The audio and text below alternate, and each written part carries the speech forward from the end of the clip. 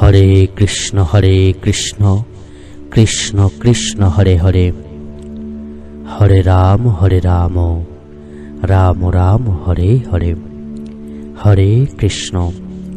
প্রত্যেক কৃষ্ণ অনুরাগী ভক্তবৃন্দকে জানাই সুস্বাগতম।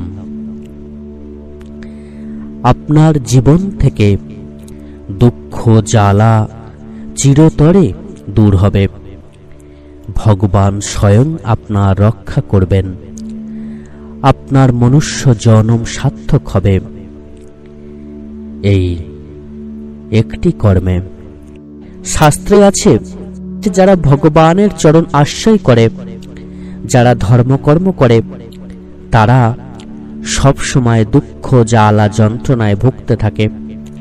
ভগবানকে যে ডাকে সে দুঃখ পায়, কৃষ্ণ যে ভজে তার দুঃখ চিরকাল ঘোচে না। তাহলে যে ভগবানকে ডাকছে সেও দুঃখ পাচ্ছে, আবার যে ডাকে না সেও কিন্তু দুঃখ পাচ্ছে। যদি কেউ না ডেকে দুঃখ পায়, আর যদি কেউ ভগবানকে ডেকেও দুঃখ পায়, তাহলে শুধু শুধু আমরা ভগবানকে ডাকবো কেন? শিষ্য গীতায় ভগবান শ্রীকৃষ্ণ বললেন, পলাশীতং সর্বস্বং চূড়ং সাধু জনম পাপ তাপ হরণ। ভগবান বললেন যে আমার শরণাপন্ন হয় তার সর্বস্ব হরণ করে আমি তাকে পথের ভিখারি করে দিই। তাহলে ভগবানকে ডেকে যদি আমাদেরকে দুঃখ পেতে হয়, ভগবানের শরণাপন্ন হলে যদি আমাদের কাঁদতে হয়, তাহলে কেন আমরা ভগবানের পথ অবলম্বন করব? কেন আমরা তাকে অনুসরণ করে চলব? কেন আমরা ভগবানকে ডাকব? এখানে একটা তত্ত্ব লুকিয়ে আছে। আচ্ছা বলুন তো মা, আমাদের জীবনের মূল উদ্দেশ্য কি? এই যে আমরা মনুষ্য জন্ম লাভ করেছি, এই মনুষ্য জন্মের সার্থকতা কোথায়? এই মনুষ্য জন্ম সার্থক হবে তখন যখন আমরা ভগবানকে লাভ করব। আর ভগবান ছাড়া কিন্তু আমাদের মনুষ্য জন্ম সার্থক হবে না। এই যে আমরা মনুষ্য রূপে জন্মগ্রহণ করেছি, এই ইহ জগতে এত দুঃখ কষ্ট জ্বালায় জ্বলতে থাকছি, এই সব কিছু থেকে কিন্তু মুক্তি পেতে গেলে আমাদেরকে ভগবানের চরণ শরণ নেওয়া ছাড়া দ্বিতীয় কোনো রাস্তা নেই। শিষ্য গীতায় ভগবান বললেন যে আমার চরণ আশ্রয় করে আমি তার সর্বস্ব হরণ করে রাস্তার ভিখারি করে দিই। কিন্তু তারপরও যে নিষ্ঠার সঙ্গে ভজনা করে, কিন্তু তারপরও যে আমাকে নিষ্ঠার সঙ্গে পূর্ণ ভক্তির সঙ্গে ভজনা করে, আমি তার দাস হই। তার মুক্তির জন্য তাকে আর ভাবতে হয় না, আমি স্বয়ং তার রক্ষা করি। আপনারা দেখে থাকবেন যে যারা ছাত্রছাত্রী চাকরির জন্য পড়াশোনা করছে এবং চাকরির জন্য পরীক্ষা দিয়ে যাচ্ছে বারবার, কখনো সফল হচ্ছে কখনো হচ্ছে না।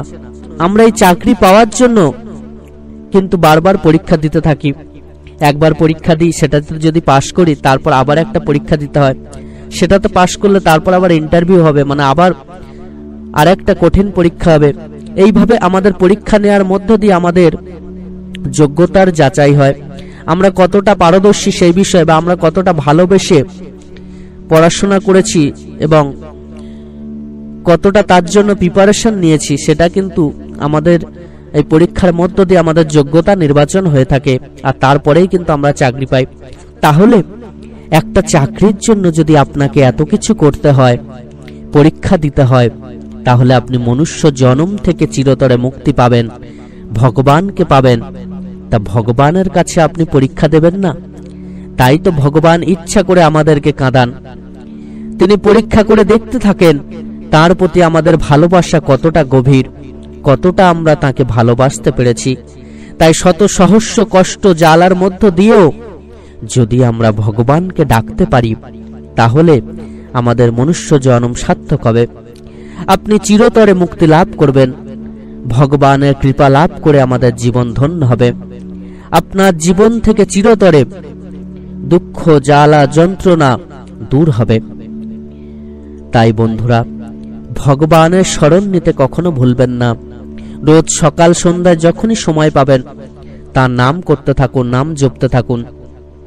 তবেই আপনার জীবন ধন্য হবে এবং আপনি ভগবানের কৃপা লাভ করে আপনার এই মনুষ্য জন্মকে সার্থক করতে পারবেন। ভগবানকে ভক্তি ভরে ডাকতে থাকুন, ভগবানের নাম করতে থাকুন, তাহলেই কিন্তু আপনার জীবন ধন্য হবে, তাহলেই কিন্তু ভগবানকে লাভ করবেন এবং ভগবানকে লাভ করা মানে আপনার সব পাওয়া হবে। বন্ধুরা, সকালে খুব ভালো থাকবেন, সুস্থ থাকবেন, সুন্দর থাকবেন। প্রত্যেকে যারা ভগবান শ্রীকৃষ্ণের এইরকম অমৃত কথা শুনতে চান তারা অবশ্যই আমাদের চ্যানেলটিকে সাবস্ক্রাইব করে দেবেন। এরকম নতুন নতুন অমৃত কথা নিয়ে আপনাদের সামনে হাজির হব এবং ভালো লাগলে অতি অবশ্যই লাইক, শেয়ার ও কমেন্টস করে আমাদেরকে উৎসাহিত করবেন। আপনাদের ভালোবাসা যেন সবসময় আমাদের সাথে থাকে। ভগবান আপনাদের প্রত্যেকের মঙ্গল করুন। ধন্যবাদ।